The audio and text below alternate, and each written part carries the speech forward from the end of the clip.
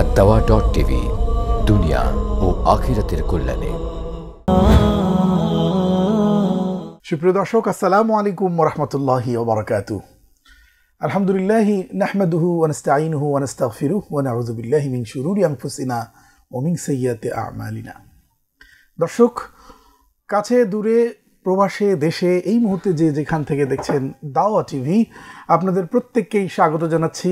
আপনাদেরকে নিয়ে আপনাদের জন্যে আমাদের নিয়মিত সরাসরি আয়োজন দাওয়া টেলিভিশনের বিশেষ আয়োজন জীবন জিজ্ঞাসা।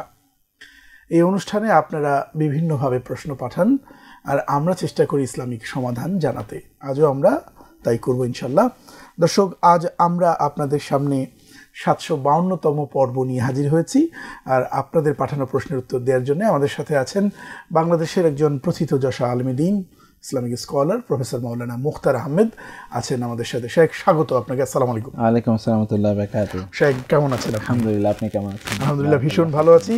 আরও ভালো থাকবো। আজকে একটি চমৎকার বিষয় নিয়ে আমরা আলোচনা করতে চাই এবং দর্শক, সেটি হলো আজকে যে বিষয়টি নিয়ে আলোচনা করতে চাই সেটি হচ্ছে আদর্শ সন্তান তৈরিতে বাবা মার করণীয় কী, এই বিষয়টি নিয়ে আমরা আলোচনা করতে চাই। অত্যন্ত আমি মনে করি একটা সময় উপযোগী বিষয় আজকে এবং অত্যন্ত গুরুত্বপূর্ণ, কারণ আমাদের প্রজন্মগুলো, আমাদের ভবিষ্যৎ, যাদের হাতে বাংলাদেশ, যাদের হাতে আগামীর পৃথিবী, তারা কোন দিকে যাবে, সেই সব কিছু মিলে আমাদের আলোচনা করবার রয়েছে। এবং এই আয়োজনে যারা আপনাদের প্রশ্ন পাঠাতে চান, মতামত জানাতে চান, প্রশ্ন পাঠাবার জন্যে স্ক্রিনে দেখানো নাম্বারে ফোন করতে পারেন। এছাড়াও আপনারা আমাদের সঙ্গে ফেসবুকটা খোলা আছে, সেখানেও আপনারা আমাদের প্রশ্ন পাঠাতে পারেন। ফেসবুক থেকে সরাসরি লাইভ চলছে, সেখানেও দেখে আপনারা মতামত জানাতে পারেন। শেখ মুখতার, শুরুতেই যাচ্ছি যে আদর্শ সন্তান তৈরিতে পিতামাতার ভূমিকা, এ বিষয় নিয়ে যদি আমি মোটা দাগেই আপনার কাছে জানতে চাই যে এটি কি বাবা মার প্রতি দায়িত্ব কিনা, ফরজ কিনা ইসলামের দৃষ্টিতে, এবং ফরজটা কি শুধুমাত্র তাকে আদর্শ নাগরিক, আদর্শ মানুষ, নাকি সেখানে আদর্শ মুসলিম হবারও একটা ব্যাপার রয়েছে? সব মিলিয়ে যদি বলতেন। ইন্নাল হামদুলিল্লাহি ওয়াসসালাতু ওয়াসসালামু আলা রাসূলিল্লাহ ওয়া আলা আলিহি ওয়া আসহাবিহি ওয়া ওয়ালা, আম্মা বা'দ। ইবনুল কাইয়্যিম রাহিমাহুল্লাহ তিনি বলেছেন, আল্লাহ সুবহানাহু ওয়া তাআলার পক্ষ থেকে সন্তানরা পিতামাতার কাছে আমানত। তিনি বলেছেন আমানত। তিনি তার তুহফাতুল আওলাদ নামক একটা চমৎকার গ্রন্থ আছে, অনেক বিশাল ভলিউম। তিনি বলেছেন যে সন্তানরা হচ্ছে আল্লাহর পক্ষ থেকে পিতা মাতার কাছে আমানত। অতঃপর পিতা মাতা আল্লাহর দেয়া এই আমানতকে কতটুকু রক্ষা করছে, কতটুকু রক্ষা করছে না, এই দায়িত্ব গোটাটাই তাদের, এবং তাদেরকে এই জন্য আল্লাহর কাছে জবাবদিহি করতে হবে। কারণ আল্লাহ সুবহানাহু ওয়া তাআলা তো একজন নিষ্পাপ সন্তানকে আমাদের হাতে তুলে দিয়েছেন। এই সন্তান তো তখনও পাপী নয়, পাপিষ্ঠ নয়, পাপাচারী নয়, এবং আল্লাহ সুবহানাহু ওয়া তাআলার বান্দা হিসেবে তিনি এদেরকে আমাদের কাছে পাঠিয়েছেন। আল্লাহর বান্দা হিসেবে এরা জন্ম নিয়েছে।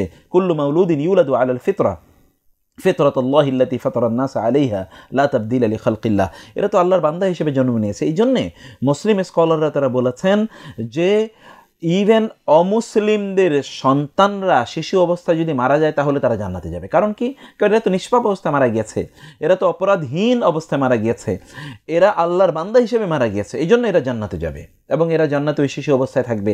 আমরা জানি গিলমানুম মুখাল্লাদুন বলে আল্লাহ কোরআনে বলেছেন, চিরস্থায়ী কিছু শিশু সেখানে থাকবে। এরা চিরস্থায়ী শিশু, এদের বয়স কখনো বাড়বে না জান্নাতে। আমি এই যে একটু জানতে চাই যে সন্তানকে তার বাবা মা দিন শেখাবে, আদব শেখাবে, অর্থাৎ ইসলামিক ক্যারিয়ার, মুসলিমের একটা ক্যারিয়ার যেমন হচ্ছে সেভাবেই গড়ে তোলবার চেষ্টা করবে ইসলামিক সিলেবাস অনুযায়ী। কোনো বাবা মা যদি ব্যর্থ হন, সেক্ষেত্রে সন্তান যদি বিপথে যায় বা কুপথে যায়, সেই ক্ষেত্রে বাবা মার কিয়ামতের দিন কোনো রেসপন্সিবিলিটি আছে কি? অবশ্যই তো আছে। এই জন্যই আমরা প্রথমে যেটা বলেছি যে আল্লাহর পক্ষ থেকে তো এরা নিষ্পাপ হিসাবে, আমানত হিসাবে এসছে। তারপরে তাদেরকে অপরাধী কে বানালো? এই অপরাধী তো পিতামাতা বানালো। তাকে তো সৎ পথ দেখায়নি, সত্যের পথ দেখায়নি, কল্যাণের পথ দেখায়নি, দিনের পথ দেখায়নি, আল্লাহর সাথে তাদেরকে পরিচয় করিয়ে দেয়নি, আল্লাহ রাসূলের সাথে পরিচয় করিয়ে দেয়নি, ইসলামের সাথে পরিচয় করিয়ে দেয়নি। ফলশ্রুতিতে এরা যদি পরবর্তীতে বিপথে যায় তাহলে পিতামাতার এখানে এখানে দায় আছে। পিতামাতা তাদেরকে সৎ পথ দেখানোর পর এরপর যদি এরা কখনো বিপদে যায়, এরা যদি বিপদগামী হয়, তখন আর পিতামাতার দায়িত্ব নেই। তখন তারা আল্লাহর কাছে বলতে পারবে, আল্লাহ আমরা তো তাদেরকে সৎ পথ দেখিয়েছিলাম। এমনও হতে পারে যে আল্লাহ সুবহানাহু ওয়া তাআলা যদি দেখা যায় যে পিতামাতা তাদেরকে সৎ পথ দেখিয়েছিল, পিতামাতা দিনদার ছিল, এই সন্তানরা তারপরেও বিপদে চলে যাওয়ার সম্ভাবনা থাকে, তাহলে আল্লাহ সুবহানাহু ওয়া তাআলা পিতামাতাকে তো এই অপরাধের ইংরেজিতে বলে এক্সোনারেশন, অর্থাৎ এদেরকে এই অপরাধের কোনো ভাগ দেবেন না। হতেও পারে এরকম যে এই সকল সন্তানদেরকে আল্লাহ আগেই তুলে নেবেন, যাতে এরাও অপরাধী হিসাবে মৃত্যুবরণ না করে, আবার তাদের কারণে পিতামাতাদেরকেও লজ্জিত না হতে হয়। সূরা কাহাফে এরকম একটি ঘটনা আছে যে হযরত খিদির আলাইহিস সালাতু ওয়াস সালাম যখন একটা শিশু, খুবই ফুটফুটে চমৎকার সুন্দর একটা শিশুকে যখন হত্যা করলেন, তখন মুসা আলাইহিস সালাম জিজ্ঞেস করলেন তাকে কেন আপনি হত্যা করলেন? তখন খিদির আলাইহিস সালাতু ওয়াস সালাম পরে উত্তর প্রদান করেছিলেন যে তার বাবা মা খুব ভালো মানুষ ছিল এবং আল্লাহ সুবহানাহু ওয়া তাআলা তিনি আমাকে জানিয়ে দিয়েছেন যে এরা হতে পারে ইউরহিকাহুমা তুগয়ানাও ওয়া কুফরা, এরা হতে পারে বড় হবে যখন, তখন এরা ভয়ঙ্কর সন্ত্রাসী, অপরাধী, পাপিষ্ঠ, পাপাচারী হিসেবে তারা বড় হয়ে উঠতে পারে।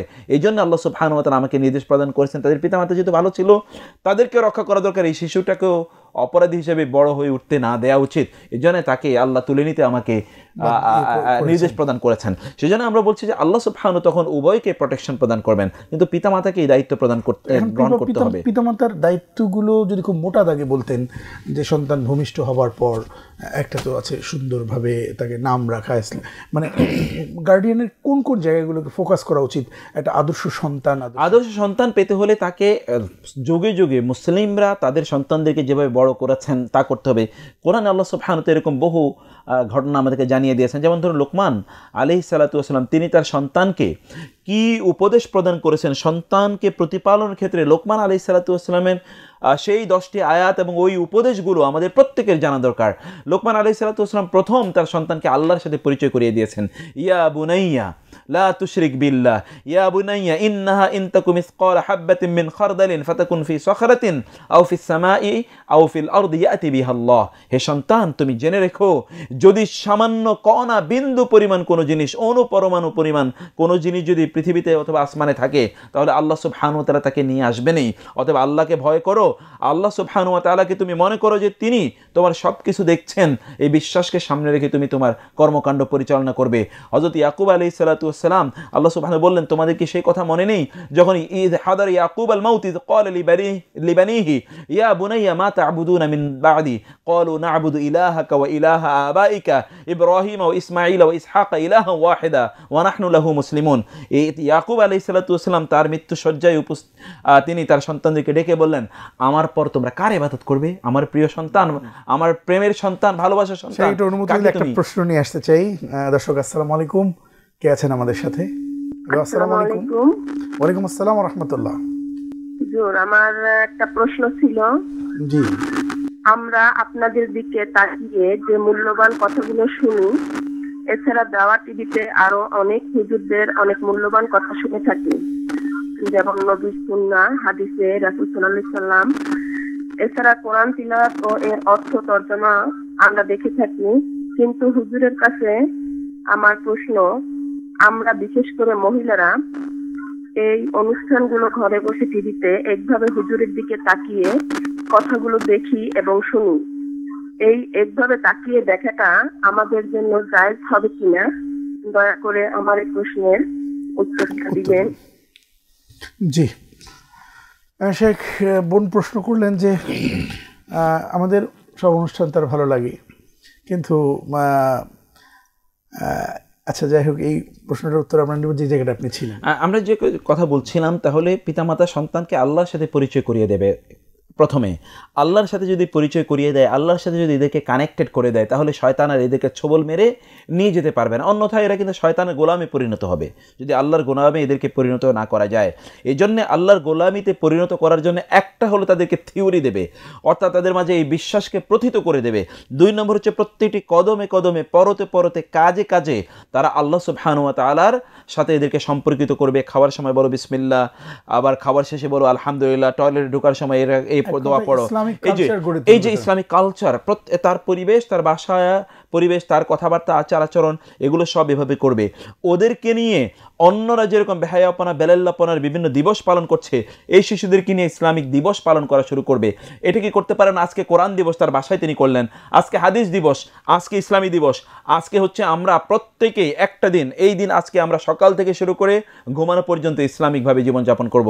ফজরে আর্লি ঘুম থেকে উঠবো, তার আগে তাহাজ্জুদ পড়বো, তারপরে ফজর পড়বো, তারপরে আমরা বসে কোরআন তেলাওয়াত করব, তারপরে আমরা বসে ওইখানে তাসবিহ তাহলিল করব, এরপরে আমরা ইশরাকের নামাজ পড়বো, তারপরে আমরা নাস্তা খাবো। এইভাবে একটা দিবসকে আমরা পালন করতে পারি না? এবং আমরা দিন শেষে ফ্যামিলির সবাইকে নিয়ে বসে কোরআন একটা স্টাডি সার্কেল করলাম, একটু হালাকা সেশন করলাম, মানে আমরা এটা কি আমাদের সন্তানদেরকে নিয়ে করতে পারি না? আমাদের সন্তানকে আল্লাহর সাথে পরিচয় করিয়ে দেওয়ার জন্য, ঠিক আছে তুমি একটা লাভ চিহ্ন আঁকো তো, আল্লাহ সুবহানাহু ওয়া তাআলার নাম এই লাভ চিহ্নের মধ্যে তুমি লেখো তো। আল্লাহ সুবহানাহু ওয়া তাআলা, একটা প্রশ্ন নিয়ে আসি। আসসালামু আলাইকুম, কে আছেন আমাদের সাথে? ওয়ালাইকুম আসসালাম ওয়া রাহমাতুল্লাহি ওয়া বারাকাতুহু। জি, আপনার নাম বলে প্রশ্নটি করবেন। স্যার, আমার 3টা প্রশ্ন। জি, নামটা বলবেন? জি, আমি উত্তরা থেকে দিয়ে বলছি। জি। প্রথম প্রশ্ন হলো, আমি কোনো জায়গাতে যাই, মনে করেন আমি নামাজের টাইম হয়ে গেল, আমি ওযুও করতে পারলাম না, তারপরে টাইম কম করার কোনো ব্যবস্থা নেই, আর কোনো কিছুর সাথে যদি টাইম কম করতে চাই তখন ওই জায়গাটা অপবিত্র থাকে, তো সেই ওযু ছাড়া কি সেই অবস্থা আমি কি নামাজ পড়তে পারবো? ওযু ছাড়া একজন আমাকে বলছেন যে এই অবস্থা নাকি নামাজ পড়া যাবে, এই একটা প্রশ্ন। আর একটা প্রশ্ন হলো, ওই ছাগল খাসি আছে না, ছাগলেরও তো খাসি করায়, তো খাসি করানোর কারণে এটা দিয়ে নাকি কোরবানি করা যায় না, এটা আমাকে তিনি বললেন, এটা কি আসলে সত্য কিনা? আর আরেকটা প্রশ্ন হলো, আল্লাহ ওই বান্দাকে বেশি ভালোবাসেন যে বান্দা মেহমানদারি করে, মেয়ে সন্তান হলে খুশি হয় আর বৃষ্টি হলে খুশি হয়, এই হাদিসটা সঠিক কিনা একটু জানাবেন। আচ্ছা, আসসালামু আলাইকুম ওয়া ওয়া রাহমাতুল্লাহি ওয়া রাহমাতুল্লাহি ওয়া বারাকাতুহু। মেয়ে হলে খুশি হয়।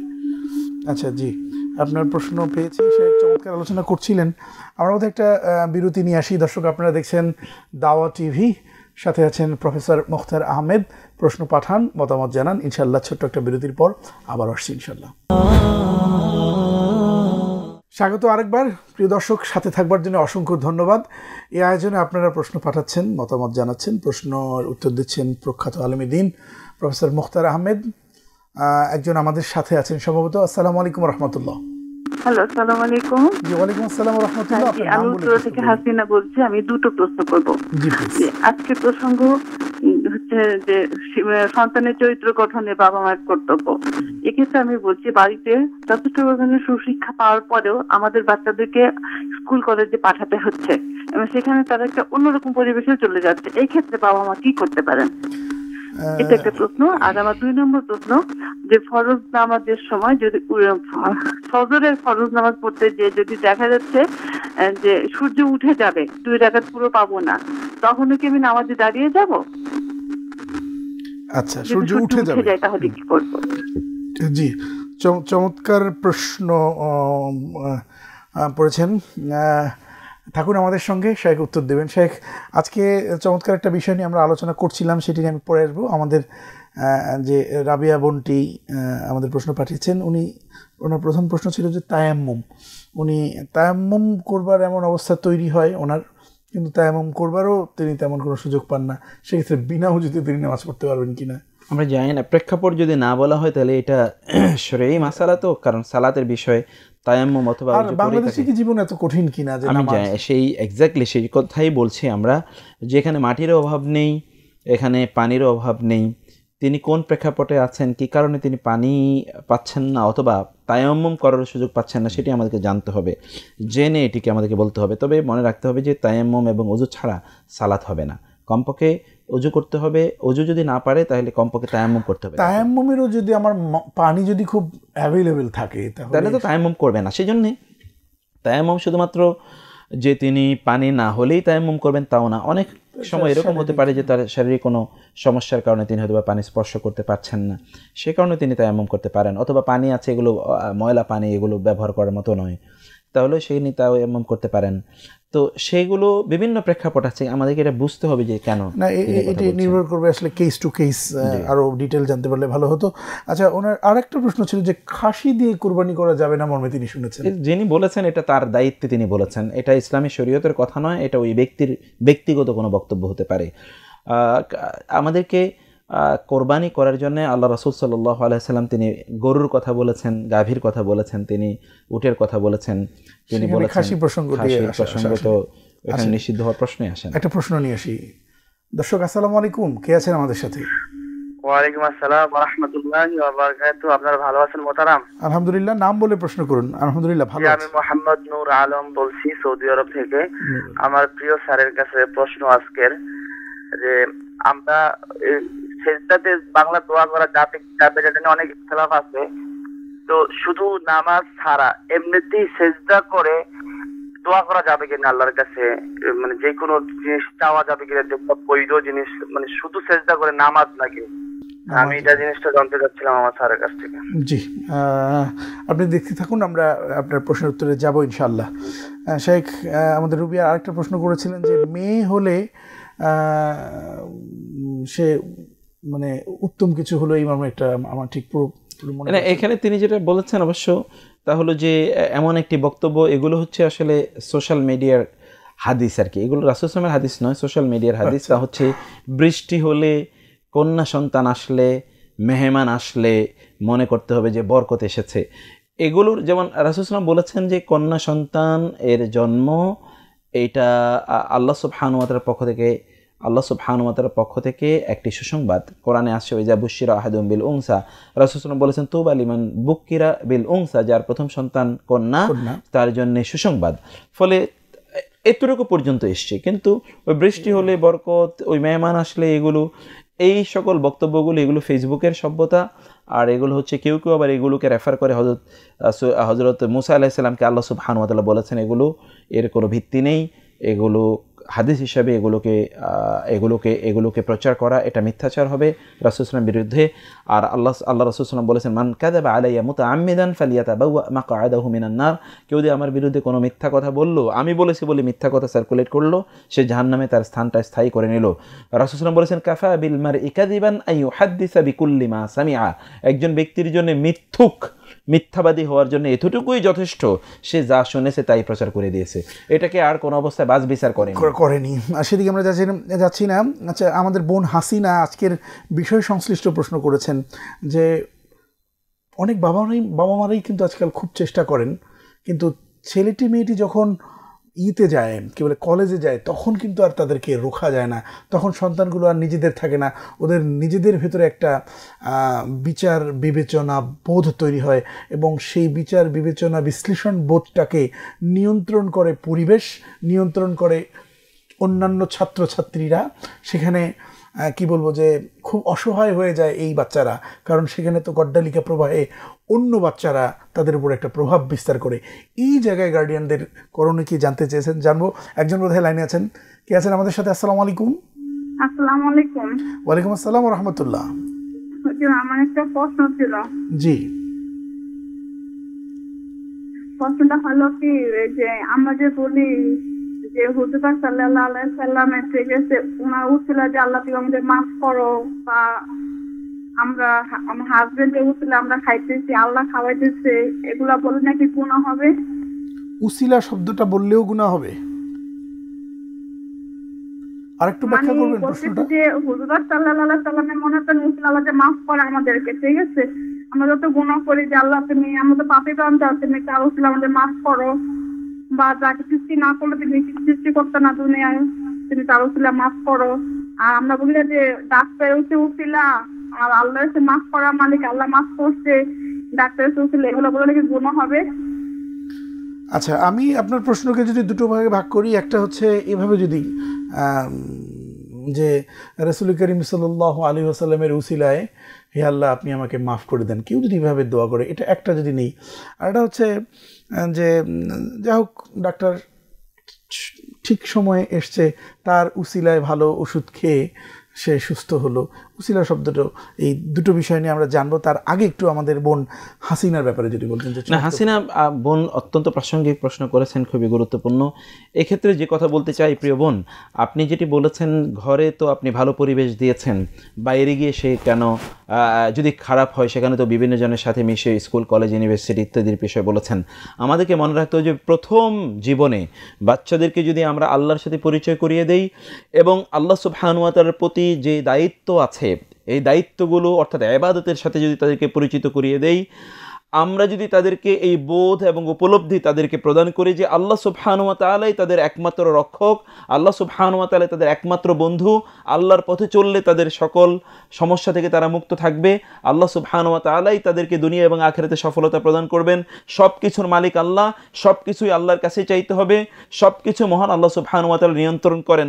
আল্লাহ সম্পর্কে যদি সম্যক ধারণা আমরা ওদেরকে দিতে পারি, এই যদি তাদেরকে উঠিয়ে দেই, তখন কিন্তু এরা পথভ্রষ্ট হয়ে যাওয়ার সম্ভাবনা থাকে না। হ্যাঁ, আমরা তাদেরকে কি দর্শন দিচ্ছি, আমরা তাদের কাছ থেকে কি প্রত্যাশা করছি, কি স্বপ্ন দেখাচ্ছি, এটাও কিন্তু খুবই গুরুত্বপূর্ণ। আমি এই বোনকে বলতে চাই যে আপনি আপনার সন্তান স্কুলে বা কলেজে বা ইউনিভার্সিটিতে ভালো রেজাল্ট করেনি, এই জন্য আপনার যতটা মর্মাহত হন, ও ফজরের নামাজ পড়েনি তাতে কি আপনি ততটা মর্মাহত, ও ইংরেজি ভালো করে বলতে পারেনি তার কারণে আপনি যতটা মর্মাহত, ও কোরআন তত ভালো করে পড়তে পারেনি এই কারণে আপনি ততটা মর্মাহত, ও অনেক কোনো সাবজেক্টে সবগুলো সাবজেক্টে প্লাস পায়নি এই জন্য যতটা মর্মাহত, ওর আচার আচরণে সবগুলোতে এ প্লাস পাচ্ছে কিনা এই জন্য কি আপনি ততটা মর্মাহত, ওকে আপনি স্বপ্ন দেখাচ্ছেন তুমি অনেক বড় হও, অনেক ভালো পড়াশোনা করো, অনেক ভালো চাকরি করবে, তখন তুমি বাড়ি গাড়ি পাবে, অন্যদেরকে দেখিয়ে বলেন দেখো তারা কত হাই স্টেটাসে তারা গিয়েছে ভালো পড়াশোনা করার জন্য। আপনি কি তাকে কোনো একজন আল্লাহওয়ালা, দিনদার, আল্লাহর ওলি অথবা নবী, রাসূল, সাহাবীদের সাথে পরিচয় করিয়ে দিয়েছেন? দেখো তারা আল্লাহর পথে থাকার কারণে তারা এতটা সম্মানিত হয়েছে। তাদের মাঝে এই বোধ উপলব্ধি তৈরি করে যদি আমরা না দিতে পারি, তাহলে তো ওরা অন্যকে আদর্শ হিসেবে গ্রহণ করবেই, অন্যকে তারা তাদের স্বপ্নের মানুষ মনে করবে, তাদের মতো তারা হতেই চাইবে, তখন তারা তাদেরকে অন্যদেরকে মনে করবে তাদের আইডল, সেভাবে তারা তাদেরকে কিছুর মূলে হচ্ছে আমরা বাচ্চাদেরকে সময় দিই, আমরা তাদেরকে পরিবারে আমরা তাকে কি দিচ্ছি এটা খুবই গুরুত্বপূর্ণ। এর বাইরে তিনি সে কথা ঠিকই বলেছেন যে বাইরে যখন যায় সেখানে পিয়ার প্রেশার আছে, এনভায়রনমেন্টাল ইম্প্যাক্ট আছে, এগুলো তো তার মাঝে প্রভাব তৈরি করে। হ্যাঁ, এই জন্য পিতামাতাকে সতর্ক থাকতে হবে সন্তানরা কাদেরকে বন্ধু বান্ধবী হিসেবে গ্রহণ করছে। ইভেন শুনবো একটা প্রশ্ন নিয়ে আসি, কে আছেন আমাদের সাথে? আসসালামু আলাইকুম। হ্যালো, আসসালামু আলাইকুম। জি, ওয়ালাইকুম আসসালাম ওয়া রাহমাতুল্লাহ। আমি আমিনুল হক, মুগদা থেকে। জি, আমি সম্মানিত স্যারের কাছে এবং উপস্থিত থেকে জানতে চাচ্ছি, আমি কি তাবলীগ জামাত নিয়ে এবং ইস্তেমা নিয়ে প্রশ্ন করতে পারি কিনা? আচ্ছা, আপনি প্রশ্নটি করুন, প্রশ্ন করুন আপনি। আমার প্রশ্নটা হচ্ছে, আমার 14 বছরের ভাতিজা এবং 12 বছরের ভাতিজা, ওরা প্রচন্ড কান্নাকাটি শুরু করছে যে ওরা বিশ্ব ইজতেমায় যাবে, কারণ বিশ্ব ইজতেমায় গেলে প্রতি কথায় 1 বছরের সওয়াব পাওয়া যাবে। এবং মসজিদে যখন নামাজ পড়তে যাচ্ছে তখন তাদেরকে এমন ভাবে এপ্রোনাইজ করা হচ্ছে এবং দল বেঁধে পিকনিক করার মতো করে যাচ্ছে, এটাও তাদের মধ্যে একটা বিষয়। লক্ষ লক্ষ লোক নামাজ পড়তেছে, এখানে যাচ্ছে, এইখানে গুনার কাজ, এখানে গেলে লাভ আছে, লস নাই। আমি গার্জেন হিসাবে বুঝাইতে ব্যর্থ, এই ক্ষেত্রে আমার করণীয় কি? আপনি কেন মনে করছেন যে সেখানে গেলে আপনার সন্তান হতে হবে? আচ্ছা, আমরা বাকি আরো কথা শুনবো শেখ, আমরা এই বিষয় নিয়ে পরে আসি। যে আলোচনায় আমরা ছিলাম যে এটি কিন্তু শেখ অনেক বড় প্রবলেম, যে আমাদের বোন হাসিনা শুধু প্রবলেমে পড়ছে তা না, আমারও কেন জানি মনে হচ্ছে যে আমার মেয়েটি এখন ক্লাস 9-এ পড়ে, আমার কেন জানি মনে হচ্ছে যে এখন যে ওর যে বিচার বুদ্ধি, বিবেচনা বোধ এবং সার্কেল, যে আমিও খুব আশঙ্কায় আছি। কি সিলেবাস দেবেন? জি, সেই জন্য আমরা বলছি যে এই সন্তান কার সাথে মিশছে, কার সাথে সময় কাটাচ্ছে, কি করছে না করছে, এগুলো পিতামাতাকে খুবই সতর্ক দৃষ্টি থাকতে হবে। তিনি যেমন তার পরীক্ষার খাতাগুলো দেখেন, পরীক্ষার রেজাল্টটা দেখেন, প্রতিদিনের কার্যকলাপও তাকে তদারকি করতে হবে যে কার সাথে সে মিশছে, কি কথা বলছে, কি আচরণ করছে, এই বিষয়গুলো তাকে সতর্ক থাকতে হবে। ইসলামের উপর থাকার উপর যে গর্ববোধটা, সেইটাও কিন্তু তার অন্তরের মধ্যে তাকে তৈরি করে দিতে হবে। তার বন্ধু বান্ধব প্রয়োজনে পিতামাতা সিলেক্ট করে দিতে হবে, তৈরি করে দিতে হবে। পিতামাতা এখন তার জন্য বন্ধু বান্ধব নির্বাচন করে দিচ্ছে না। রাসূলুল্লাহ সাল্লাল্লাহু আলাইহি ওয়াসাল্লাম বলেছেন, আল মারউ আলা দীনি খালিলিহি, একজন ব্যক্তি তার বন্ধুর মাধ্যমে প্রভাবিত হয়। পিতামাতা কি তার সন্তানকে নিয়ে কোনো দিনদার আল্লাহওয়ালা মানুষের বাসায় গিয়েছেন যে ওনার সন্তান আছে, অথবা কোনো দিনদার খুবই আল্লাহওয়ালা কোনো ভালো মানুষের সন্তান, অথবা কোনো ভালো সন্তানের সাথে পরিচয় করে দিয়েছেন, ওর সাথে তুমি বন্ধুত্ব করো, ওর সাথে তুমি উঠা বসা করো, ওর সাথে একদিন কথা বলো, ওকে বাসায় দাওয়াত দিয়েছেন না তার বাসায় নিয়ে গিয়েছেন? তা তো তিনি করেননি। তাহলে ওরা ভালো মানুষ খুঁজে পাবে কোথায়? ভালো মানুষ খুঁজে দেয়া তো দায়িত্ব আমাদের। সেই জন্য বাইরে যখন যায় তখন এই প্রবলেম হয়। 3 নম্বর এখানে যে বিষয়, আমরা তাদের জন্য কোন প্রতিষ্ঠান চুজ করছি। আমরা তো শুধুমাত্র দুনিয়ার মানদণ্ডগুলো দেখছি যে দুনিয়াতে সে সফলতা অর্জন করবে, কিন্তু আখিরাতের দৃষ্টিতে সে কতটুকু এগিয়ে যাচ্ছে তাও কিন্তু আমাদের পরিমাপ করতে হবে। নির্বাচনের ক্ষেত্রে একেবারে শৈশবে, কৈশোরে, তারুণ্যে প্রত্যেকটা জায়গা থেকে নির্বাচন করতে হবে। তো তিনি তো নির্বাচন করছেন ওইখানে পড়লে সে অনেক ভালো রেজাল্ট করবে, তার ভবিষ্যৎ অনেক উজ্জ্বল হবে। শিক্ষা প্রতিষ্ঠান আমরা কি আখিরাত কি আমাদের সামনে আছে? আমরা যখন তাদের জন্য শিক্ষা প্রতিষ্ঠান নির্বাচন করছি তা তো করি না। তো এখানে আরেকটি বিষয় হচ্ছে, আমরা কেউ বলতে পারে যে ওই শিক্ষা প্রতিষ্ঠান কোথায়। সেই শিক্ষা প্রতিষ্ঠান যদি আপনি খুঁজে না পান তাহলে আপনি যারা এগুলো জানে তাদের সাথে পরামর্শ করেন। তাও যদি আপনি না পারেন তাহলে আপনার বাসায় ওকে পড়ানোর জন্য, তার ওই জাগতিক পড়াশোনায় অনেক ভালো করার জন্য তো বহু টিউটর রেখেছেন, কিন্তু দিন শেখানোর জন্য কয়জন টিউটর আপনি বাসায় রেখেছেন? সেই ধরনের টিউটর এবং শিক্ষাঙ্গন দুটোরই ক্রাইসিস আছে। এবং শেখ মুক্তার, আমি আপনাকে বলবো যে সবকিছু মিলে সমস্যা আছে, কিন্তু সেই সমস্যার মধ্য দিয়েও একটা দায়িত্ব নিয়ে আমাদের প্রত্যেককেই যে কাজটি করতে হবে, আমাদের সন্তানদের জন্য রীতিমতো ভেবে ভেবে প্ল্যান তৈরি করতে হবে এবং তাদের জন্য সিলেবাস তৈরি করতে হবে এবং প্যাকেজ তৈরি করতে হবে। শুনবো আমরা ছোট একটা বিরতির পর। দেখছেন দাওয়া টিভি। ছোট একটা বিরতির পর আবার আসছি ইনশাল্লাহ। ফিরে এলাম বিরতির পর। সাথে ছিলেন, অসংখ্য ধন্যবাদ দর্শক আপনাদের প্রত্যেককেই। দাওয়া টিভিতে সরাসরি আয়োজন চলছে জীবন জিজ্ঞাসা। সাথে আছেন প্রফেসর মুখতার আহমেদ, চমৎকারভাবে উত্তর দিচ্ছেন আপনাদের প্রশ্নের। এখন যে প্রশ্নটি আমরা নিব, শেখ আমাদের হাসিনা বোন, তিনি আরেকটা প্রশ্ন করেছিলেন যে ফজরের ফরজ নামাজ পড়বার ক্ষেত্রে উনি যখন নামাজে দাঁড়াচ্ছেন তখন ওনার আশঙ্কা হচ্ছে যে সূর্য উঠে যাবে। এই মুহূর্তে ওনার করণীয় কি? আসলে না, এই মুহূর্তে করণীয় হচ্ছে তিনি যদি নামাজটি সূর্য উদয়ের আগে শুরু করতে পারেন তাহলে তিনি নামাজ অব্যাহত রাখবেন। সূর্য উঠতে থাকলেও তিনি নামাজ অব্যাহত রাখবেন, কিন্তু তাকে নিশ্চিত করতে হবে যে সূর্য উদয়ের আগে তিনি সালাত আদায় করা শুরু করেছেন। তাইলে ইনশাল্লাহ তিনি সালাত শেষ করে ফেলবেন, তার সালাত হয়ে যাবে ইনশাল্লাহ। আচ্ছা, এই প্রশ্নের পর আমরা যে প্রশ্নটি দিতে চাই, আমাদের নূরে আলম সৌদি আরব থেকে প্রশ্ন পাঠিয়েছেন যে এমনিতে নামাজে ছাড়া সিজদাতে বাংলায় যে কোনো ধরনের দাবি দাওয়া আল্লাহর কাছে করা যাবে কিনা? এমনি সেজদা করা যাবে, কারণ কোরআনে আল্লাহ সুবহানাহু ওয়া তাআলা বলেছেন যে একদল লোক আছে তারা কোরআন তেলাওয়াত শুনলে তারা সেজদায় লুটিয়ে পড়ে। অতএব সেজদায় লুটিয়ে পড়া, আল্লাহ সুবহানাহু ওয়া তাআলার জন্য আত্মসমর্পণ করা, কৃতজ্ঞতার জন্য কোনো কিছু পাওয়ার পর আল্লাহ সুবহানাহু ওয়া তাআলার জন্য সেজদায় লুটিয়ে পড়া, এগুলো জায়েজ আছে। যুগ যুগ ধরে উলামায়ে কেরাম এই কাজগুলোকে অনুমোদন দিয়েছেন। সেই ক্ষেত্রে তিনি সেখানে গিয়ে একটা বিরতি নিয়ে। হ্যাঁ দর্শক, কে আছেন সাথে? আসসালামু আলাইকুম। আমি আব্দুল সাত্তার, নারায়ণগঞ্জ রূপগঞ্জ থেকে বলছি। জি প্লিজ। আমার 1 নম্বর প্রশ্ন হইল, এই যে আজান দেওয়া হয়, আজানের সময় কেউ বলে রসুলুল্লাহ, কেউ বলে রাসূলুল্লাহ। কাইন্ডলি এটা একটু ক্লিয়ার করবেন যে শব্দটা আসলে কি? আচ্ছা, রসুল আর হচ্ছে রাসূল। শেখ যেতে যে পরবর্তী প্রশ্নে, সেটি হচ্ছে আমাদের এক ভাই প্রশ্ন করেছেন যে বোন, যে রাসূল করিম সাল্লাল্লাহু আলাইহি ওয়াসাল্লামের উসিলায় আল্লাহ তুমি আমাদেরকে মাফ করে দাও, এমন কথা বলা যাবে কি না? ওনার আরেকটু জানবার ছিল যে উসিলা শব্দটা যে ব্যবহার করা হয় সব সময়, যে ওনার উসিলায় আমি চাকরি পেয়েছি, ওনার উসিলায় আমার পদোন্নতি হয়েছে ইত্যাদি। না, এখানে প্রথমত হচ্ছে যে আল্লাহ রাসূল সাল্লাল্লাহু আলাইহি ওয়াসাল্লামের উসিলা চাওয়া যাবে কি না, এক্ষেত্রে আমাদেরকে মনে রাখতে হবে প্রিয় বোন যে আল্লাহ রাসূল সাল্লাল্লাহু আলাইহি ওয়াসাল্লাম অথবা সাহাবায়ে কেরামরা তারা কি করেছেন সেই আমলটি আমাদেরকে দেখতে হবে। আল্লাহ সুবহানাহু ওয়া তাআলার কাছে উসিলা শুধুমাত্র 3টি জিনিসের মাধ্যমে চাওয়া যায়। প্রথমত হচ্ছে আল্লাহ সুবহানাহু ওয়া তাআলার নাম অথবা তার গুণবাচক নামের মাধ্যমে, ওয়ালিল্লাহিল আসমাউল হুসনা ফাদউ বিহা, আল্লাহর গুণবাচক নাম আছে তার মাধ্যমে আল্লাহর কাছে চাও।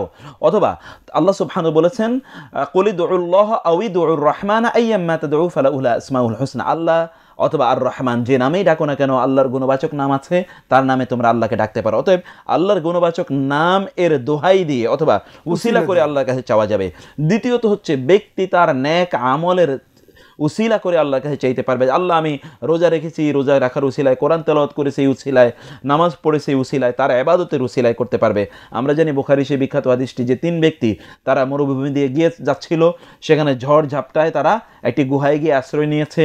সেই গুহা আবার একটি পাথর দিয়ে তার মুখটি বদ্ধ হয়ে গিয়েছিল, সেখান থেকে তারা মুক্তি চেয়েছেন তাদের আমলগুলোকে উল্লেখ করে। অতএব এটি করা যায়। 3 নম্বর হচ্ছে কোনো জীবন্ত ব্যক্তি যিনি জীবিত আছেন এবং তিনি দিনদার আল্লাহওয়ালা, তার কাছে গিয়ে বলা যে আপনি একটু আমাদের জন্য দোয়া করেন। আপনাকে একটু আমরা জানতে চাই যে বাংলাদেশে অনেক হক্কানি পীর বলে যারা পরিচিত বা নিজেরাও দাবি করেন, একটা বেশ প্রতিষ্ঠিত আছে ব্যাপারটা, ওনারা এক ধরনের কাজ করেন, সেটি হচ্ছে ইয়া আল্লাহ হুজুর পাক সাল্লাল্লাহু আলাইহি ওয়াসাল্লামের উসিলায়, তার সাহাবাদের উসিলায়, সাহাবা আইম মুস্তাহিদিন, তারপরে পীরদের একটা সিলসিলা আছে, তার উসিলায় এরকম জেনেটিক্যালি একটা জিওনোলজি তারা বলেন, বলতে বলতে বলতে বলতে বর্তমান যে পীর আছে তার উসিলার সঙ্গে এরকম একটা কানেক্টেড করে দিয়ে দোয়াটা কবুল। এটা শিরক। এইভাবে করার কোনো বৈধতা আল্লাহ এবং আল্লাহ রাসূল আমাদেরকে জানাননি, অতএব এটি করার কোনো সুযোগ নেই। জীবন্ত কোনো ব্যক্তিকে গিয়ে তিনি বলতে পারেন যে আপনি আমার জন্য দোয়া করুন, যেমনিভাবে রাসূল ইসলাম হযরত ওমর রাদিয়াল্লাহু তাআলা আনহুকে বলেছিলেন যে তুমি যদি ওয়াইস আল কারনিকে পাও তাহলে তুমি তার কাছে তোমার জন্যে দোয়া চাইয়ে নেবে এবং তাকে বলবে যে তোমার জন্য যাতে সে আল্লাহর কাছে ক্ষমা চায়। রাসূলুল্লাহ ওমরকে বলেছেন, হে আমার ভাই তুমি আমার জন্য দোয়া করতে ভুলো না। জীবন্ত কোনো ব্যক্তিকে গিয়ে এই কথা বলা জায়েজ, তার মাধ্যমে আল্লাহর কাছে চাওয়া জায়েজ, কিন্তু অন্য কোনোভাবে এই যে রাসূল ইসলামের দোহাই দিয়েও পর্যন্ত আল্লাহর কাছে চাওয়ার কোনো বিধান আমরা কোরআন সুন্নাতে পাইনি। কিন্তু এটি তো খুবই প্রতিষ্ঠিত। আমাদের তো বহু বেদাত এগুলো ইবাদতের রূপ নিয়েছে আমাদের সমাজে, এগুলো রন্ধ্রে রন্ধ্রে ঢুকে গিয়েছে, সেগুলোর ব্যাপারে ঈমান চলে যাওয়া বা কোনো শিরক বা কোনো সমস্যা কি কাজটা তো শিরক, কেবলমাত্র অ্যাভয়েড করব এইরকম পরামর্শ দিবেন নাকি? কাজটা তো শিরক, কারণ আল্লাহ সুবহানাহু ওয়া তাআলার সাথে তো কাউকে শরীক করা যায় না, কাউকে এইভাবে দোহাই করা দেয়া যায় না, এটা তো আল্লাহ সুবহানাহু ওয়া তাআলা কারণ হিসেবে কি আপনি এরকম বলবেন যে কিয়ামতের দিন আল্লাহর রাসূল আল্লাহর কাছে পারমিশন নিয়েই তবেই তো সুপারিশ? না, প্রত্যেকের ব্যাপারে অন্য রাসূলদের অবস্থা যদি তাই হয় যে তারা কোনো কথা বলার পর্যন্ত সুযোগ থাকবে না, সেই জায়গায় একজন ব্যক্তি অমকের দোহাই তমকের উসিলা ইত্যাদিতে তারা চলে যাবে। এখানে একটা শুভঙ্করের একটা ফাঁক রয়েছে কিনা শেখ, আপনি কিভাবে দেখবেন যে রসুলের সুপারিশ ছাড়া বেহেশতে যাওয়া যাবে না, তার উসিলা ধরতে হবে, আর রসুলকে যদি তুমি পেতে চাও তাহলে রসুলের ওয়ারিশ আল ওলামা ওয়ারাসাতুল, ওয়ারিশকে তোমার খুশি করতে হবে। এই খুশি করাকরির একটা ব্যাপার থেকেও কিন্তু এই ব্যাপারটাকে বেশ খুব মানে ওভাবে করে বলা হয় কি না বোধহয় ভেবে দেখবার আছে। যেতে চাই পরবর্তী প্রশ্নেই। পরবর্তী প্রশ্ন পাঠিয়েছেন আমাদের এক ভাই আনিসুল হক। তিনি জানতে চেয়েছেন যে আজকাল তার তাবলিগরা এত বেশি তশকিল করছেন, এত বেশি মোটিভেটেড করছেন যে তার সন্তানরাও তবলিগে যাচ্ছেন, এ নিয়ে তার খুব মন খারাপ।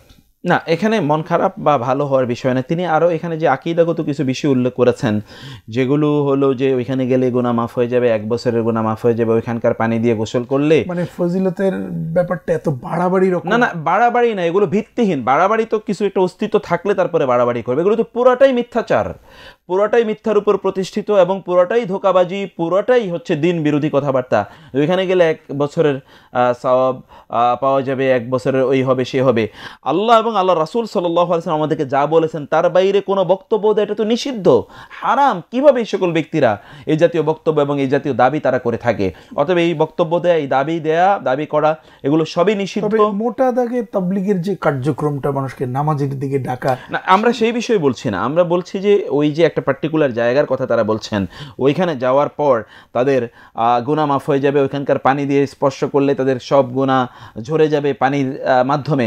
এই সকল মিথ্যাচার এগুলো একজন ব্যক্তিকে দিন থেকে ধীরে ধীরে অন্যদিকে নিয়ে যায়। যে এই লোকগুলো মনে করছে আজীবন তাহলে অপরাধ করে ওইখানে গেলেই তো 1 বছরে সব গুনাহ মাফ হয়ে যাবে, একবারে সব গুনাহ মাফ হয়ে যাবে, তো অনেক ভালো।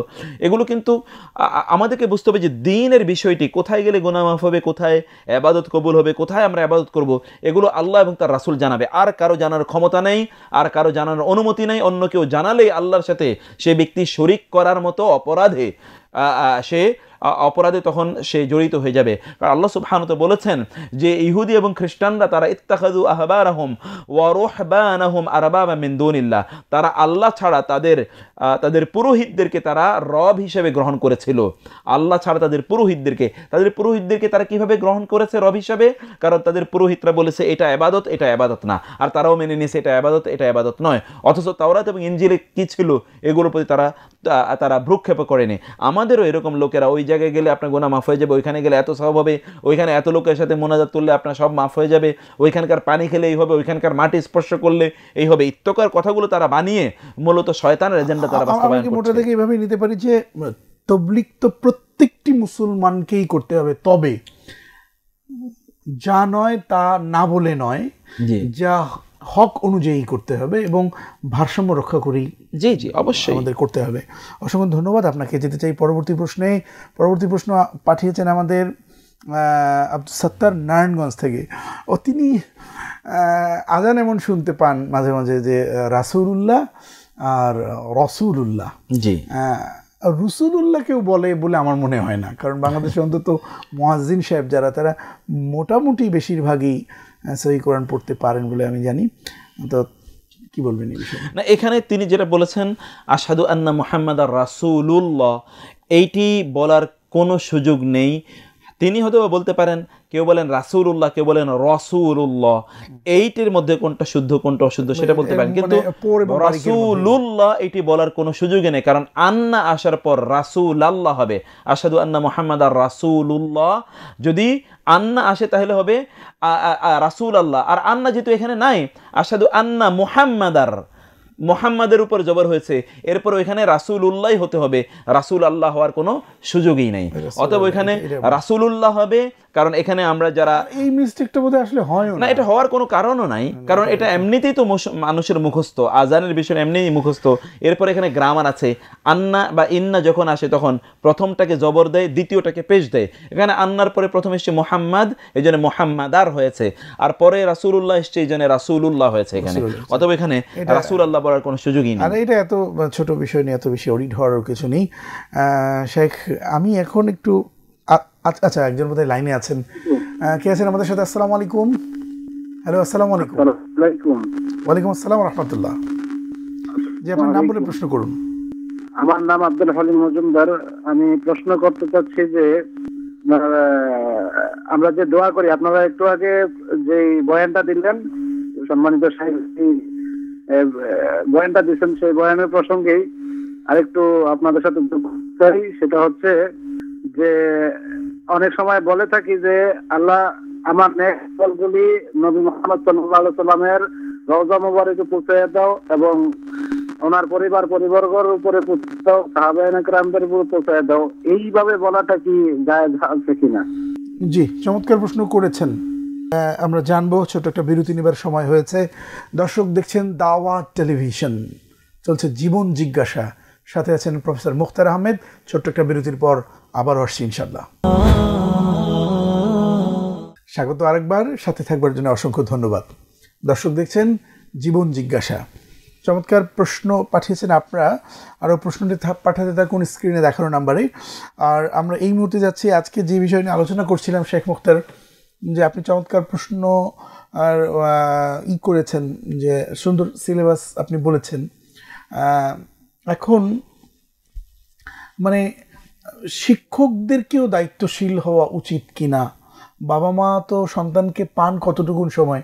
আমি আমার সন্তানদেরকে দিয়েই যদি চিন্তা করি তাহলে আমি খুব অবাক হই যে আমার জবের কারণে আমি বাচ্চাদের টাচে খুব বড় পরিমাণ সময় থাকতে পারছি না, বা তাদের স্কুলের কারণে আমরা তাকে কাছে পাচ্ছি না।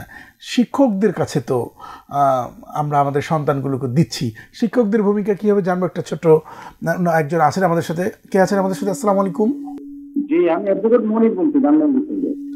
জি মনির। জি, আমার প্রশ্ন হলো যে বিভিন্ন পীর মুরিদদের যে সমস্ত ইয়েগুলো হয়, ওখান থেকে বলা হয় যে আমরা যারা পীর আছি তারা ধরেন জাহাজে করে 40,000 জনকে নিয়ে আমরা আর কি দেশকে পৌঁছিয়ে দিব, বা এই সমস্ত পীরদের পিছনে পিছনে আমাদের যে সমস্ত ফলোয়ার আছে তারা আমাদের সাথে দেশ দেওয়া যাবে। এই হলো একটা। দুই হলো অনেক সময় বলা হয় যে হে আল্লাহ, যে আমরা দোয়া গেলাম যা কিছু করছি এর সব নবী মোহাম্মদ সাল্লাল্লাহু আলাইহি ওয়াসাল্লামের রওজা শরীফে পৌঁছে যাবে। এখানে এই কথাটা না বলে কি আমরা এটা বলতে পারি না যে আমার নবী মোহাম্মদ সাল্লাল্লাহু আলাইহি ওয়াসাল্লামের মর্যাদা বৃদ্ধি করে দেওয়া আল্লাহ? এটা কি বলা যায় কিনা? জি, আপনার প্রশ্ন আরেকবার, পরেরটি আগে পেয়েছি, আর একটা প্রশ্ন আমরা পেলাম। থাকুন আমাদের সাথে শেখ, আমরা এই প্রশ্নের উত্তরে যাব পরে। তার আগে একটু যদি শিক্ষকদের কি দায়িত্ব রয়েছে? না, শিক্ষকদের দায়িত্ব তো অনেক বড়। শিক্ষকদের দায়িত্ব, কারণ তারা তো শিক্ষক হিসেবে আছেন, তারা জাতি গড়ার মূল কারিগর। তারা যেই বক্তব্য দেবেন এগুলো তাদের সামনে যারা শিক্ষার্থী আছে এদের মাঝে ব্যাপক পরিমাণ প্রভাব তৈরি করবে। তো তারা যদি এই সন্তানদেরকে, এই শিশুদেরকে অথবা এই শিক্ষার্থীদেরকে তাদের বক্তব্যের মাধ্যমে বিপদে পরিচালিত করেন, তাহলে তারা এদেরকে বিপদে পরিচালিত করার দায়ে শুধুমাত্র দণ্ডিত হবেন তা নয়, এদের মাধ্যমে পরবর্তীতে যত লোক বিপদে পরিচালিত হবে প্রত্যেকের দায় কিন্তু এই শিক্ষককে গ্রহণ করতে হবে।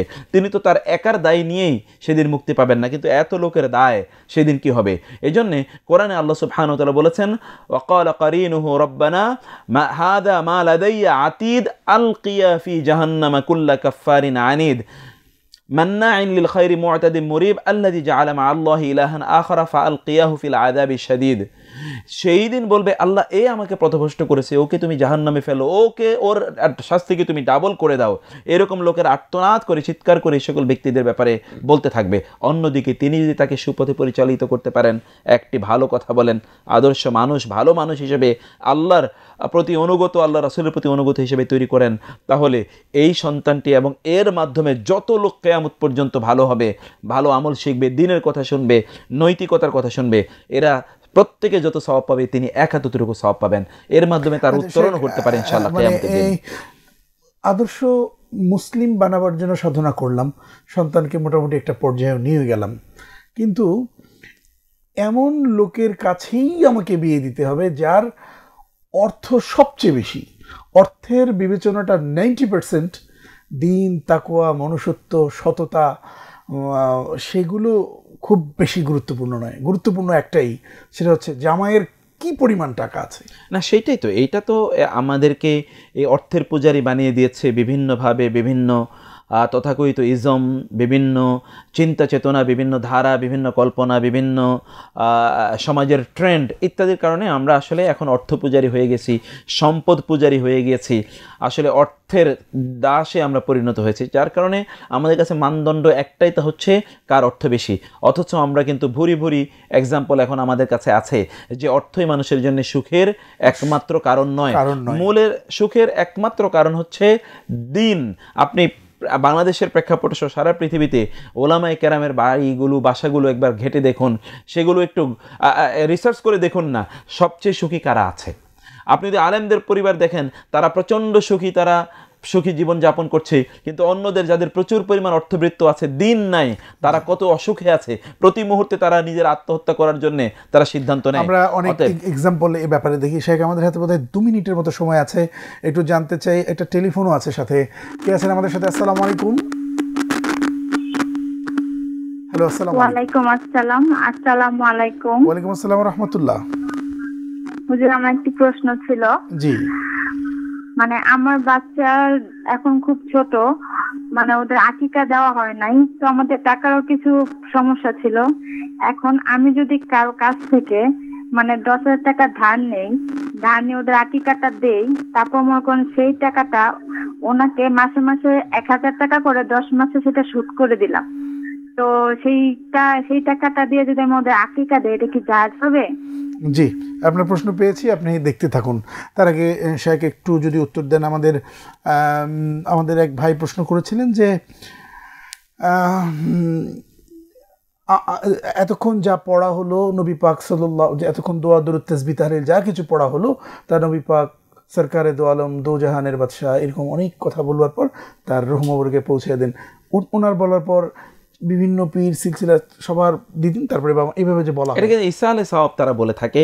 আমাদেরকে মনে রাখতে হবে যে রাসূলুল্লাহ সাল্লাল্লাহু আলাইহি ওয়াসাল্লাম এমনিতেই সকল ভালো কাজের ইনিশিয়েটর, প্রবক্তা হিসাবে কিয়ামত পর্যন্ত যত লোক যত আমল করবে সব সওয়াব কিন্তু রাসূল সাল্লাল্লাহু আলাইহি ওয়াসাল্লামের আমলনামায় এমনিতেই গিয়ে যাবে। কারণ হাদিসে এসেছে, মান সান্না ফিল ইসলামি সুন্নাতান হাসানাতান আদাল্লু আলাল খাইরি কাফাইলিহি, কেউ যদি একটা ভালো কাজের পথ দেখায় তাহলে যত লোক ওই ভালো কাজ করলো ওই সকল লোকের সমান সওয়াব। এটা রাসূলুল্লাহ সাল্লাল্লাহু আলাইহি ওয়াসাল্লামের ক্ষেত্রে প্রযোজ্য না, এটা আমার ক্ষেত্রে সকল ব্যক্তির জন্য প্রযোজ্য। আর রাসূল সাল্লাল্লাহু আলাইহি ওয়াসাল্লাম বাই ডিফল্ট যেহেতু তিনি এই ভালো কাজ দেখিয়ে দিয়েছেন, তিনি যেহেতু আমাদের রাসূল, তার আমলনামায় এমনিতেই গিয়ে পৌঁছবে। এটা আপনার এবং আমার বলার কোনো প্রয়োজন নেই।